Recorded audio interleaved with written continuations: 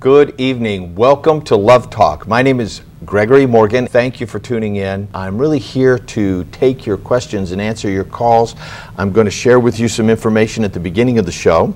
The name of the show is Love Talk, and what we talk about here is all of the various dimensions of love and relationships, not only what's working and what works in relationships, but we'll give you a chance to talk about those things that aren't working in your relationships and give you some insights and tips and techniques for being able to guide yourself through one of the most difficult and challenging aspects of being a human, and that is our relationship with other human beings. And it truly all begins with our relationship with ourselves, with our body, with our own sense of identity, our soul, and expands out into our relationships with our parents, our siblings, when early in life the other children or the peers in your life, brothers and sisters and friends, and then later in life erotic relationships that involve sexuality. And it is usually at that point in relationships that we begin to have major breakdowns or breakthroughs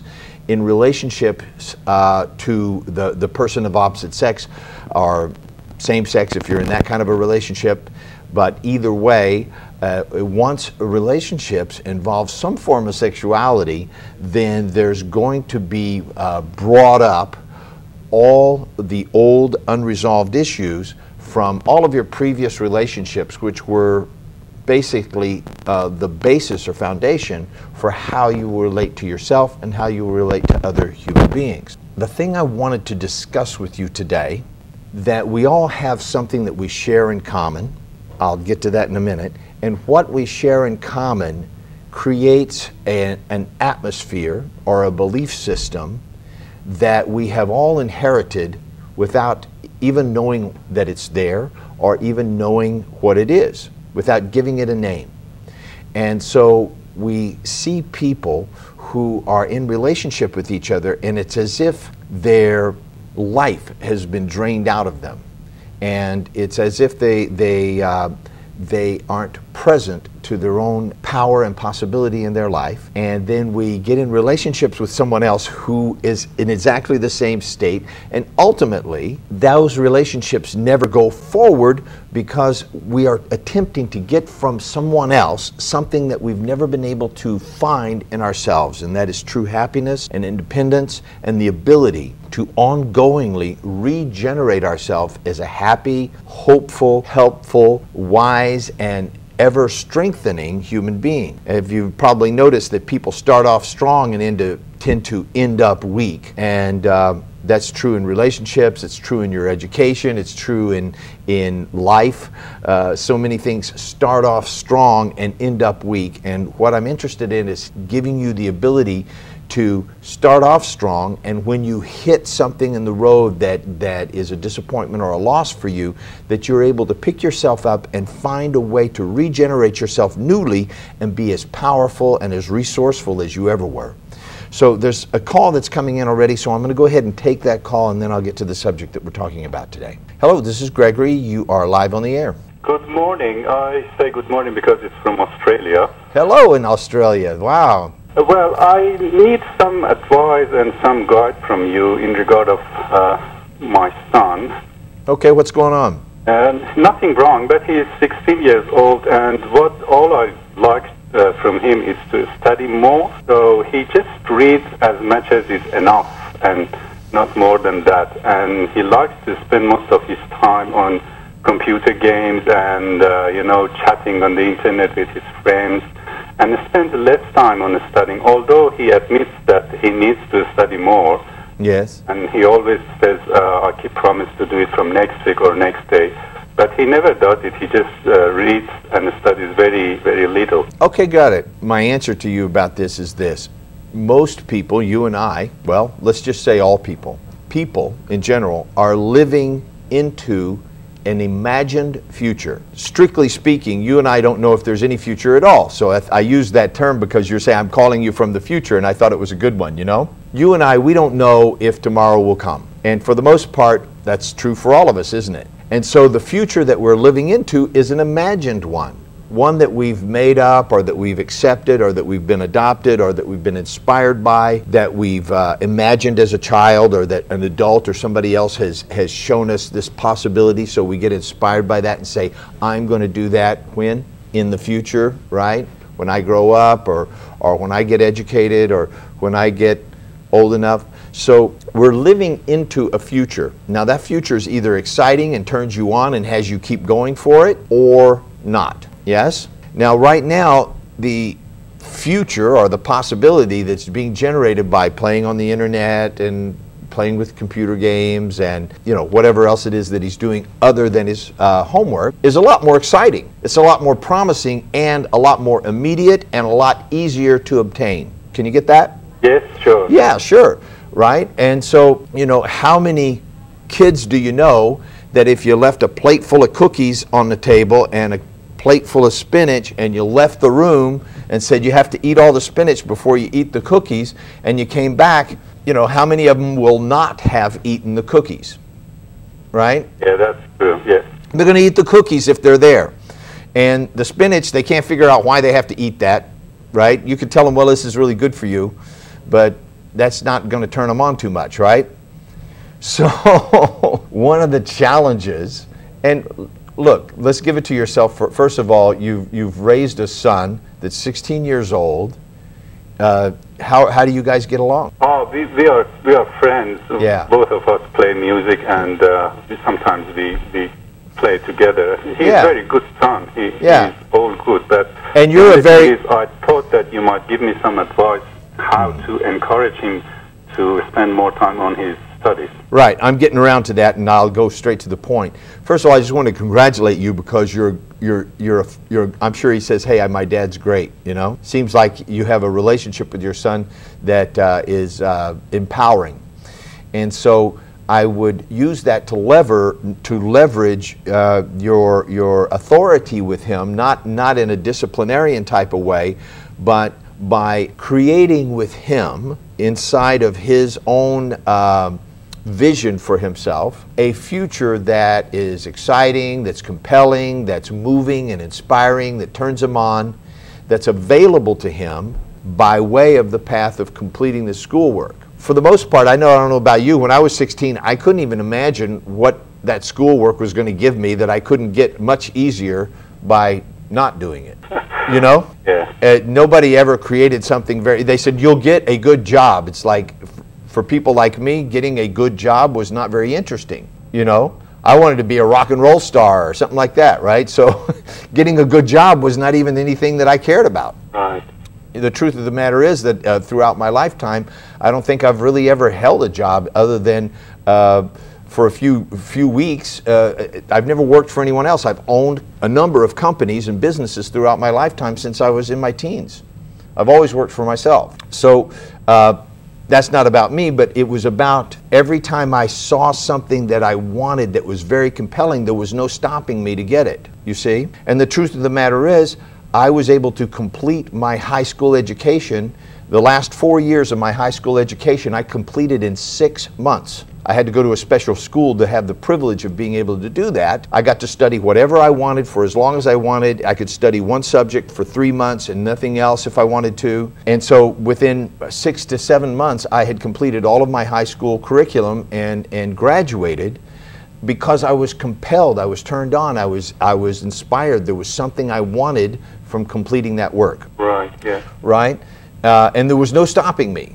Do you know what I mean? I would stay after everybody else had gone and so forth because I was turned on about something that I wanted and that I was going to get if I got that education done. And so that's my coaching to you, is find a way, sit down with him and really spend some time. What is it that you really love to do? What is it that turns you on, that you're passionate about, that you get goosebumps when we talk about it, that if you could see yourself doing that, you'd almost be willing to do it for free because you just love it. Yeah. And find out where he wants to go and what he wants to do, and say, look, I'm your best partner in that. I'm going to support you every way I can to make sure that that happens, and this is what we're going to have to do that. There's a certain number of things that's just going to have to be done to do that. But it's like creating a future, you see? Yeah. Yeah, like if you wanted to I don't know, go catch a fish, right? If you wanted to go fishing, but you didn't have a fishing pole or bait or a boat or any of that stuff, there would be some stuff to do, but it would all be inside of going fishing in this case. You see? So, you'd have to get the right shoes or whatever. I don't know about fishing that much, but, you'd have to plan for it. You'd have to put something in your calendar. You'd have to spend some money on something to go catch a fish, right? And the fulfillment of that would be that you're in a boat and you catch a fish, okay? But in this case, what would be the fulfillment of what it is he's doing? If there's no reason for him to do it, then it's just going to be painful to even force himself to do it. That's right. Well, but it's very hard. It's very hard to explain that. Well, the fulfillment is the better life. You will have better income. You don't have to go through the hard work, hard jobs to get money. If you study well, you can go to the better courses in university, and of course, it's better for your future. But it's very intangible for him at this stage of life, Yes, I understand, and so that's why I'm compelling you to create a specific future with him. If I called you up and I said, hey, let's go traveling to some foreign countries, right?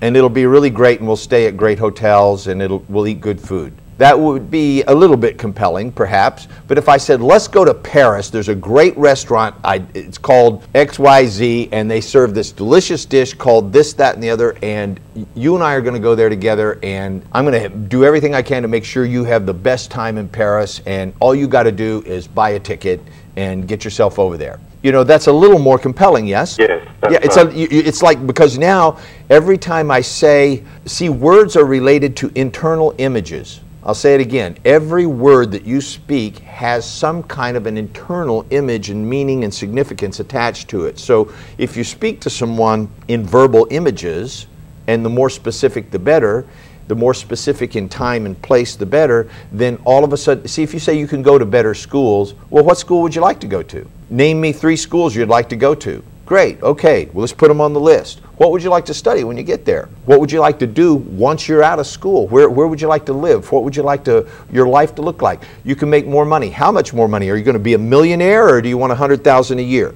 Do you know what I mean? You can be as more specific. What would you do if you had the $1 million a year? Oh, okay, you'd live in such and such a house, and you'd have this kind of a life. So the more you can design that out so that it's visually imprinted in his neurology, the more real it's going to become and the more compelling. Do you understand? Yes, I got it. Far more compelling than just say this will be, because if I say you can make more money, here's $1, now you've got more money. Do you know what I mean? You'll be happier. Okay, well, here, have a beer, now you're happier, or whatever. You know what I mean? It needs to be specific. That's what I'm trying to tell you.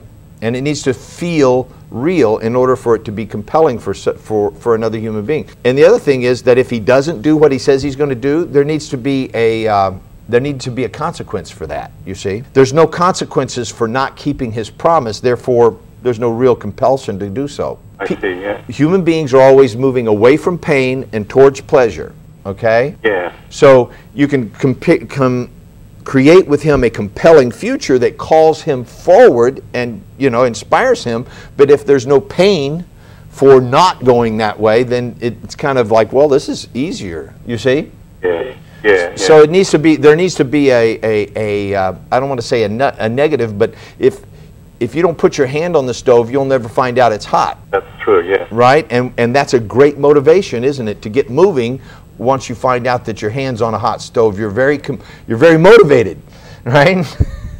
Yeah. You want to create within whatever works in your household some consequences, if you will, some unpleasant consequences for not doing what he said he was going to do by the time he said he was going to do it. Right. Yeah. And he will appreciate you for that later, maybe when he's 40. Okay?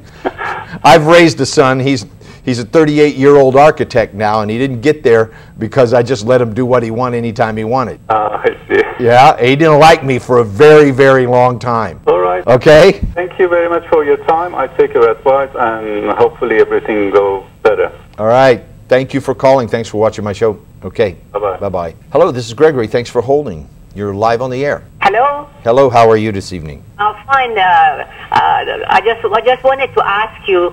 I've been watching your show right now. I have a son who's 39 years old, and he's been through some ups and downs in life, both work-wise and love affair-wise, and now he's just given up totally. He doesn't know what he wants. He doesn't like anything, and he just doesn't. He said, if anyone says you go and find some kind of job or anything, he says, well, I don't like anything.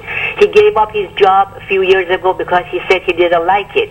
Now that he's been searching and searching for a job, now he said, well, I don't like anything to go for.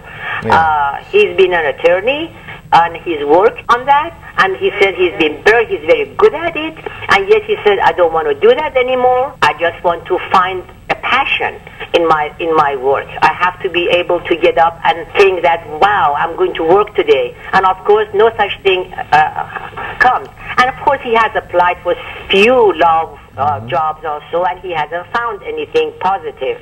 Okay. Therefore, he's sitting at home and rather depressed, and he's seen, of course, doctor also, and if nothing is working, what can he do, or what would you advise us to do in order for him to find a passion for his job? This is perfect. You gave me the perfect lead-in to the subject I'm going to talk about today. Part of the problem with regards to you and your son is he is living at your house, yes? Yes. And you're paying his rent, his food. Does he have a car? Yes. Does he have a cell phone? Yes. Does he eat every day? Yes. Who pays for all that? Well, I do. Yes, of course. And so guess who is responsible for his lifestyle? I am. Yeah, 100%. You're financing his lifestyle. If at 38 years old you're living at your mother's house and she's paying for virtually everything that you have, and you're 100% dependent upon her, then you are what we call a mama's boy, okay, by any stretch of the imagination. Of course you're not going to be inspired by anything because you've never become a man yet. But he was living on his own for... So what? He's not now. I only relate to the present, you see. I relate to the present. What's so right now is that he's living at your house, having his bills paid for how long? Almost 2 years. About 2 years. Okay. Well, when you get tired of financing him and say, okay, it's time for you to grow up, he's 38 years old, there's a point at which you have to put your foot down and say, I will no longer be a part of this. Now, I'm not saying that he doesn't have some unresolved issues, and that's what we're going to talk about here later on in the show. This kind of behavior requires a permissive environment. Now, if the guy down the street came and started sitting on your couch and watching TV and not getting a job and asking you what's to eat tonight, would you pay for his stuff too? But he's not like that. He's very depressed. He's very down. You didn't answer my question. Answer my question.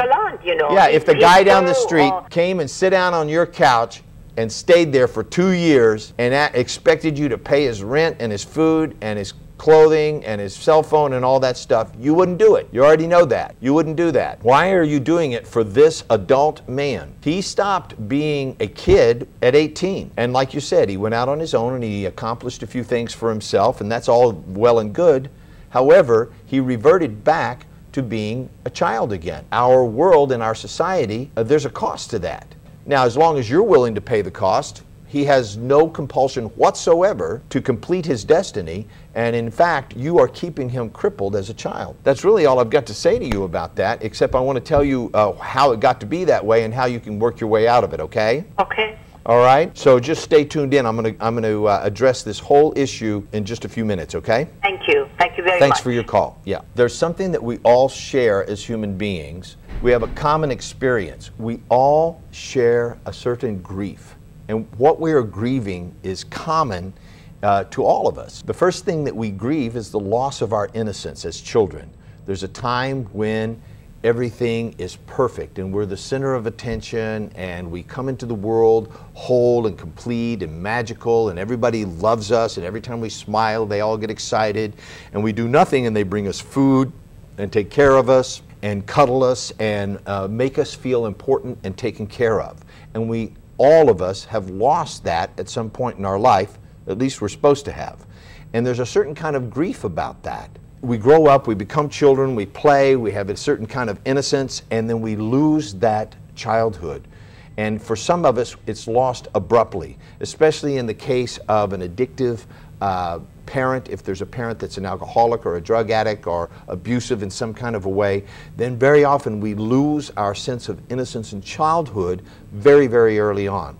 And that has a severe cost later on in our life. It's like the loss of a dream. We all have some kind of a dream or something that we're imagining will happen in the future. Like I was telling the gentleman earlier, there's something bigger than our own life, some reason that you are here and that I'm here.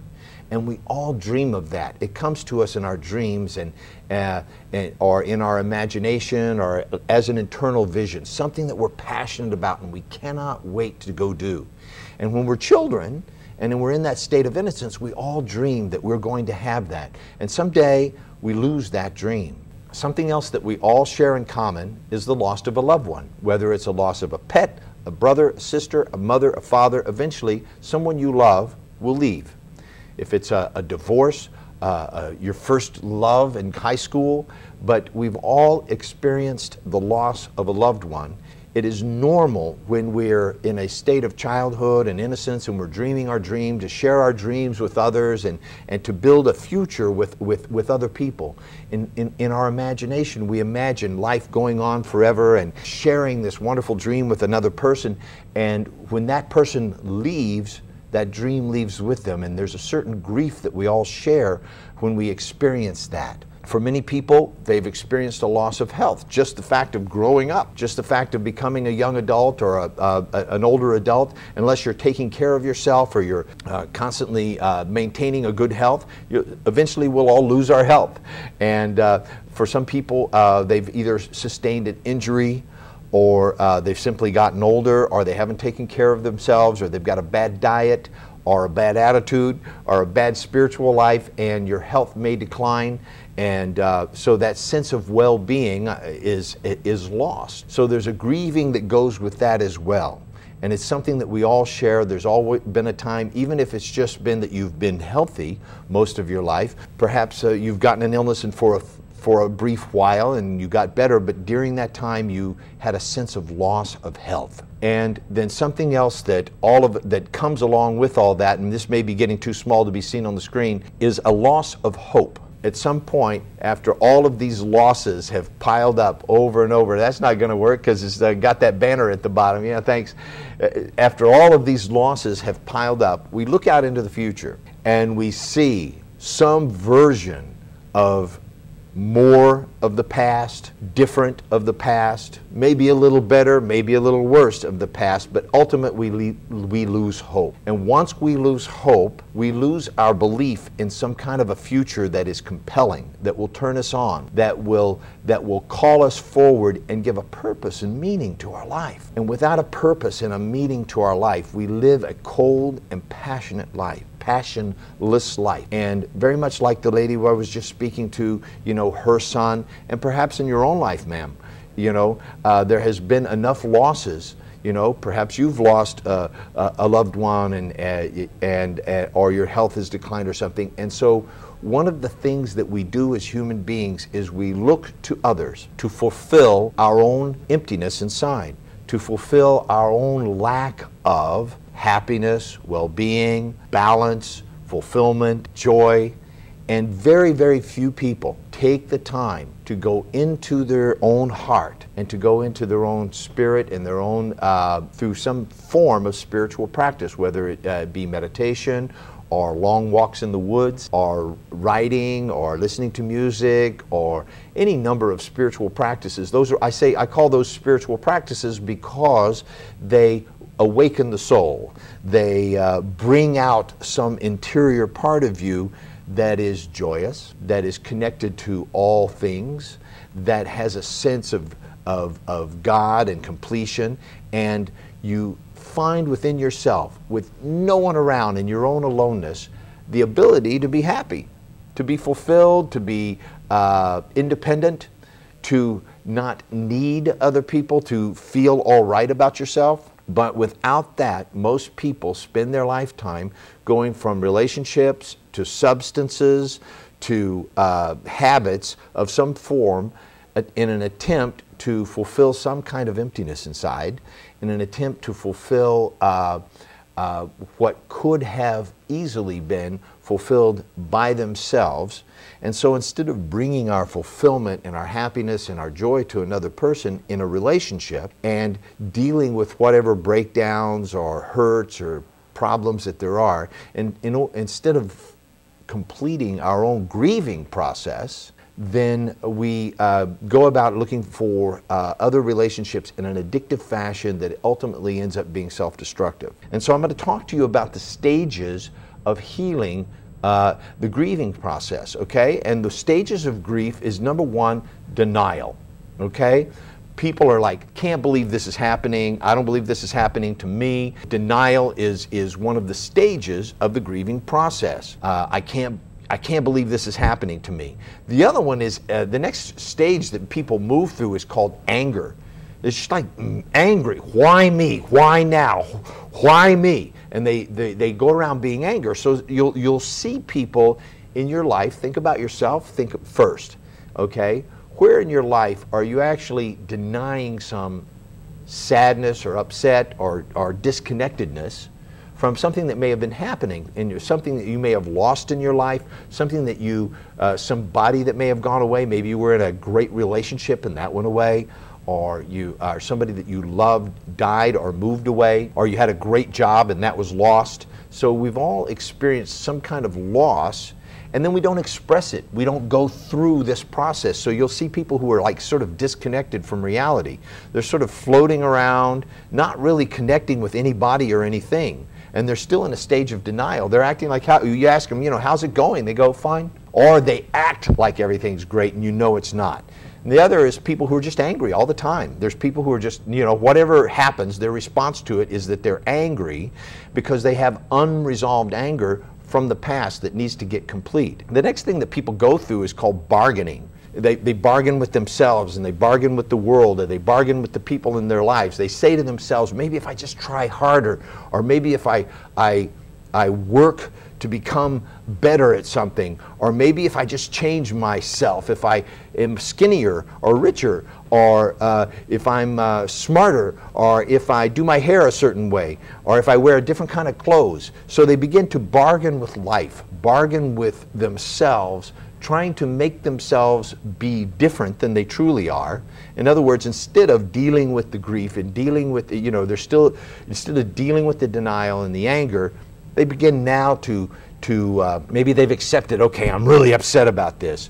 And so that upset, that anger motivates them to get in action and to begin to take steps to better themselves, but they still attempting to make it better by changing themselves, okay? Which is at least better. Yeah, then finally, after changing all these things about themselves, maybe they change their life, they change their clothes, or their mate, or they change their job, or they change their hair, or they change the way they look, or they got an operation and they got more of something or less of something else. They change themselves, and they see that really didn't work after all, that it's still the same, that sense of loss and emptiness is still there. So they fall into a sense of hopelessness or helplessness, like nothing I do works. And yes, of course, nothing you do works, because it's like trying to look in the mirror and comb the hair of the person in the mirror rather than combing your own hair, or washing the mirror thinking that your face will get cleaner. It's projecting onto the outside world something that is unresolved inside oneself in an attempt to make it better. And once you find out that that's truly hopeless and it's never going to work, then there's a sort of depression that people get into, and people can get stuck in any one of these areas that I'm talking about. So the reason I'm mentioning them to you is so that you can begin to see where in your life are you maybe stuck in one or several of these areas of denial, anger, bargaining, or depression. Then the final stage is acceptance. Okay, they go, that's the way it is. I'm going to make the most of it. I'm going to do the best I can with what I've got. This happened, hey, mom died, okay? It was bound to happen. Or I lost that job, and I lost that job because I didn't do it as good as the other person that got it. I lost that marriage because I didn't do what was necessary to keep it together. Or that person died or moved away, that's how it is, I'm going to need to deal with that.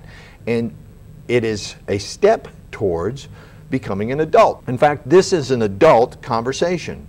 You know, for the most part, in children, when something happens that's negative or painful, they'll have one of these other responses to it. They'll just deny it. I didn't do that. That didn't happen. Or, you know, it's okay. You know, or they'll be angry, or they'll cry, or they'll try to bargain their way out of it, or they'll get really sad and cry and go suck their thumb, or sit on their mother's couch for 30 years. You know, and at some point, it's time to accept, well, you know what? That's just the way it is. That's what happened. And I'm going to do the best I can with it. Now, before that happens, or unless this acceptance stage happens, pain becomes the normal state of being in your life. You just begin to accept, well, okay, I'm just going to always have this pain in my life, and that's the way it is. That's not what I call acceptance and moving on. That's more like, the word I'm looking for is resigned. It's like being resigned. You just resign yourself to, well, okay, I'm in pain, I'm always going to be in pain. This pain is a part of my life no matter what. And so it's not acceptance, okay? So watch out that you don't just go, okay, I accept the pain, because then pain becomes the norm. And people begin to use substances, drugs, alcohol, food, tobacco, any number of things in order to make themselves feel better. Or, and given that this is a relationship show and it's about your relationships, they begin to use other people like a substance to fulfill some emptiness that they have inside. And so you find yourself in codependent relationships where you look to that person as your source of happiness, fulfillment, future. You create a future with that person so as to avoid dealing with your own unresolved feelings of low self-esteem, guilt, depression, sadness, and all that. So low self-esteem, because inwardly we know that another person could never fulfill that which we are supposed to fulfill in ourselves. It becomes like an addiction. It becomes, other people become our drug, if you will, of self-abuse. And we lose respect for ourselves. We see that there are happy, fulfilled, independent people in life, and I'll grant you, not that many. If you look around you, most of the people that you'll ever meet are in some kind of a codependent relationship. And if you look at the movies, the books, the poems, the love songs, mostly what you will find is that model of, I need you to complete me. I need you to complete me. So there are incomplete people, unresolved from the past, unresolved grievances from the past that have never closed the wound and healed themselves, and now they are looking to put something in from outside to fulfill themselves, rather than finding that fulfillment in themselves and bringing it into the world, bringing it into their relationships, and bringing their happiness, their health, their well-being, their wealth, their independent, self-regulating and self-disciplining essence to the relationship, and looking to cause happiness over there with the other person. Instead, we're looking for the other person to give us the happiness that we can't find within ourselves. And nothing could be further from love. I'll say that again. Looking for somebody else to give you some happiness, to give you some fulfillment that you can't generate for yourself, because you have never taken the time to know yourself, to know your needs, and to be able to fulfill your own needs in life. Nothing could be further from love. It's an addiction. And addictions require three things in order to exist. So we're going to talk about that now, okay?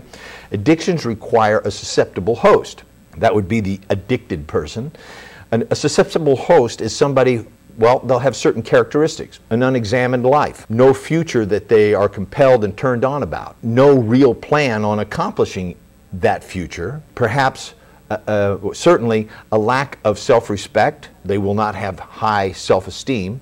They won't have a really great opinion of themselves. Their opinion of themselves will be based on what other people think of them. So they will be attempting to prove something or control something in their environment and in their relationships. So a susceptible host is required for an addiction. A toxic element. Now, a toxic element could be tobacco, food, alcohol, drugs, addictive relationships, codependent relationships.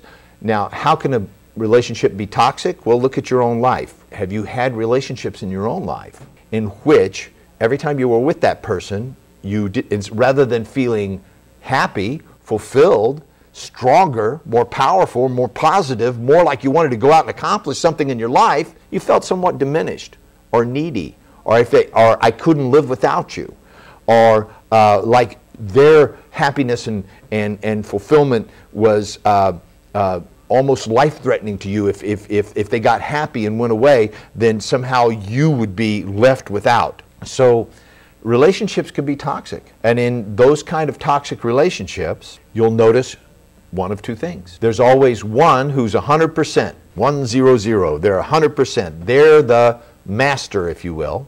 And then there's the codependent one who is the slave. There's 0. In the case of the lady who was calling earlier, the guy, her son, her 38-year-old son who's living on the couch or living in her house and having all of his expenses paid while he can't find anything that makes him happy, is the king. He's 100%. All life is about him, and she's the 0, even though she's paying all the bills. So the codependent person will always be supporting the active, addictive person. That's what's required for addiction to exist. A permissive environment. They give them permission to be that way. And in some cases, they pay their bills and do their laundry as well. So it just depends on, how dedicated your codependent partner is. In other words, we call them the enabler. The enabler enables the addictive person to continue the addictive behavior. So in relationships, take a look and see, which one are you? I'm not saying that everybody that's watching this show is in such a relationship, but it's a safe bet that you have one of these kind of relationships in your life, whether it's with your parents, whether it's with some friends, whether it's with a loved one, whether it's with your own children. Who's the 100 and who's the 0? Who's the master and who's the slave? The master's the one whose life is going very well, thank you. Things are going along quite well. They always have a complaint that never gets resolved. In other words, they're not going to do anything about that complaint. They expect you, the enabler, to do that. The person that's the addict, if you will always have some need that needs to be fulfilled. And if only that were fulfilled, then maybe they would be better. You see, so their existence is not dependent upon getting better. Their existence is dependent upon them staying exactly the way they are, so that the enabler will keep feeding them power, feeding them money, feeding them food, taking care of them, handling their messes, cleaning up, covering for them, creating a social environment in which it seems like it's okay that they're doing what they're doing, smoothing things over, in other words, so that they can continue the behavior. So in that environment, it's no wonder that people have relationships that are not wholesome and fulfilling. Go ahead and change back to the logo, please. That's the end of that show. And so those are the things that I wanted to talk with you about today, that I wanted to bring up. I mentioned them to you not to trigger you or chastise you or have you feel bad about your relationships, but to begin to raise up some questions for you. So the phone lines are open. If any of these things that I have spoken about with you have brought up some thoughts, questions, unresolved issues, I'd like to go ahead and take your questions now. I know that there were several people that called right before the break, and we needed to take the break.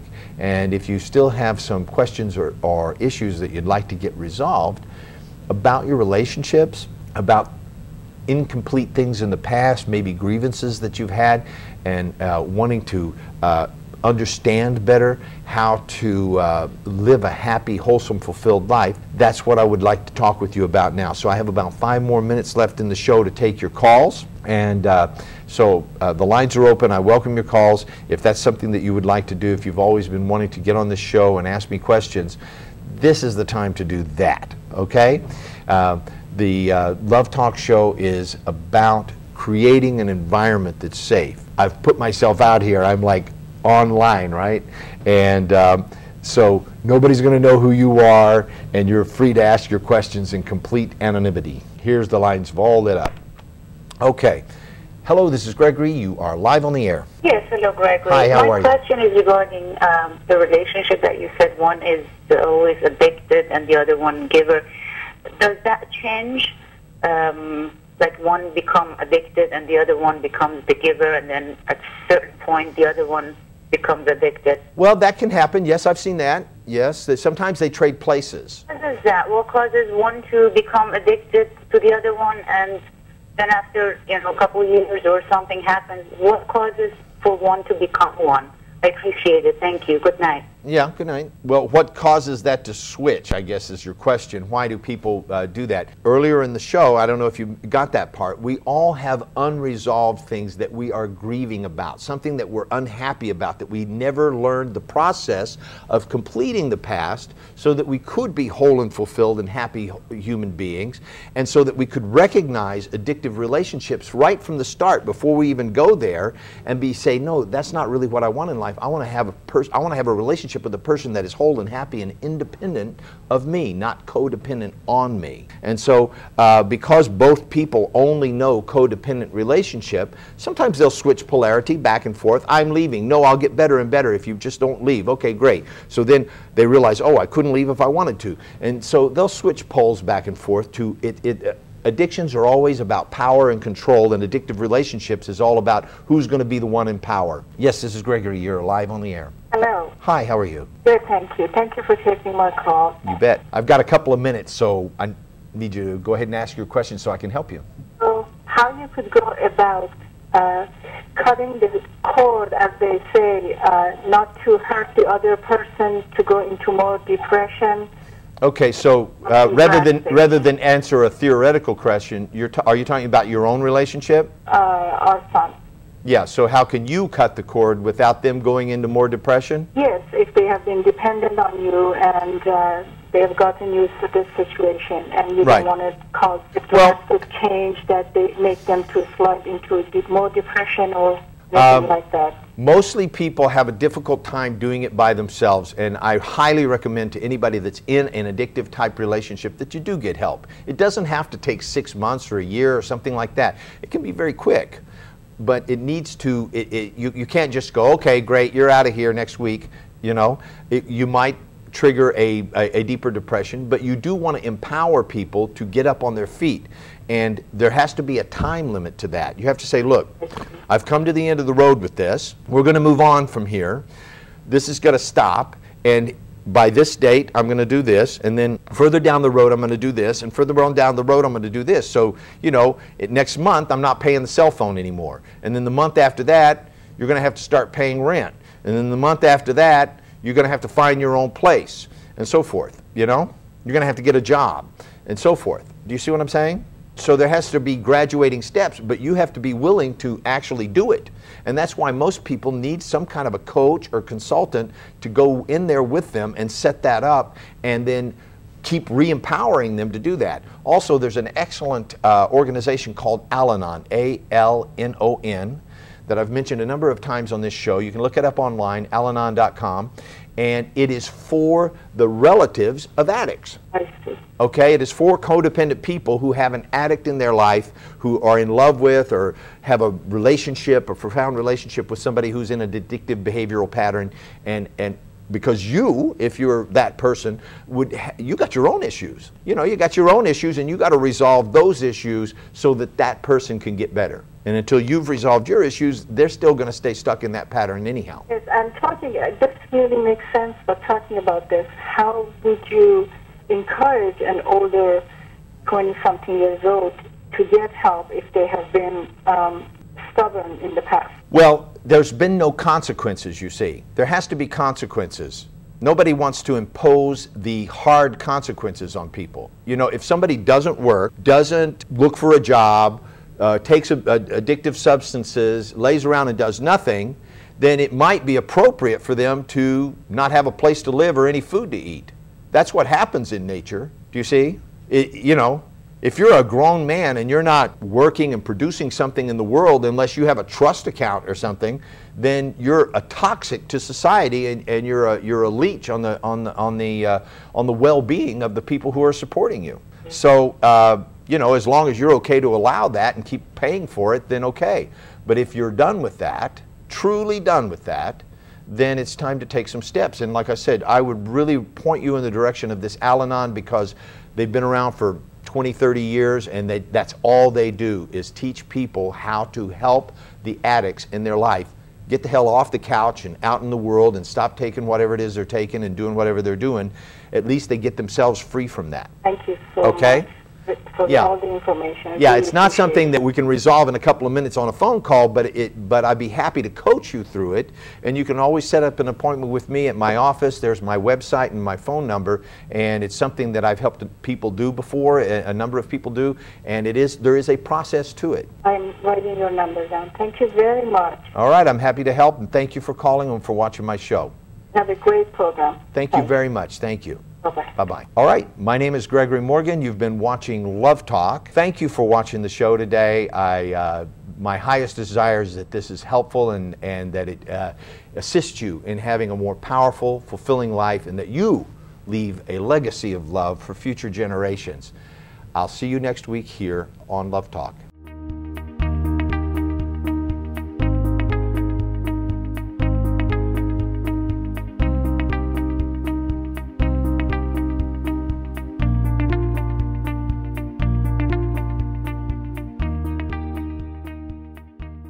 از این پس برنامه دنیای عشق رو از جم USA روزهای جمعه 9 شب، شنبه 11:30 شب، یک شنبه 1:30 ظهر و دوشنبه 8:30 صبح به وقت لس آنجلس دنبال کنید. خانم دکتر آزیتا سایان در برنامه دنیای عشق جوابگوی سوالات شما هستند و به مباحث مهمی همچون ازدواج، تربیت فرزندان، افسردگی، طلاق، سکس، همجنسگرایی، خیانت و هزاران موضوع متنوع دیگر می‌پردازند.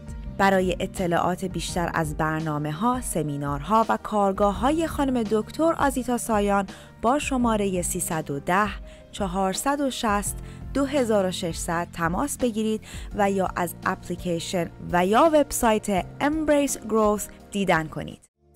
یک مرد منحصر به فرد، مسلط، متمرکز، قابل اعتماد و رضایتمند باشید. کارگاه شرافت، عزت کلام و مهارت به رهبری دکتر آزیتا سایان.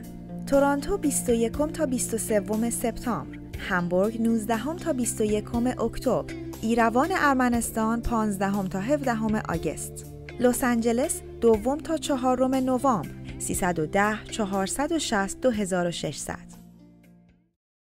در کارگاه‌های آموزشی بانوان به رهبری دکتر آزیتا سایان با دستیابی به اهمیت و ارزش واقعی خود، قدرت زنانگی و آرامش خود را بازیابید. ایروان ارمنستان 7 تا 9 فوریه، لس آنجلس 22 تا 24 فوریه، تورنتو 15 تا 17 مارچ و همبورگ 26 تا 28 آپریل. 310 460 2600.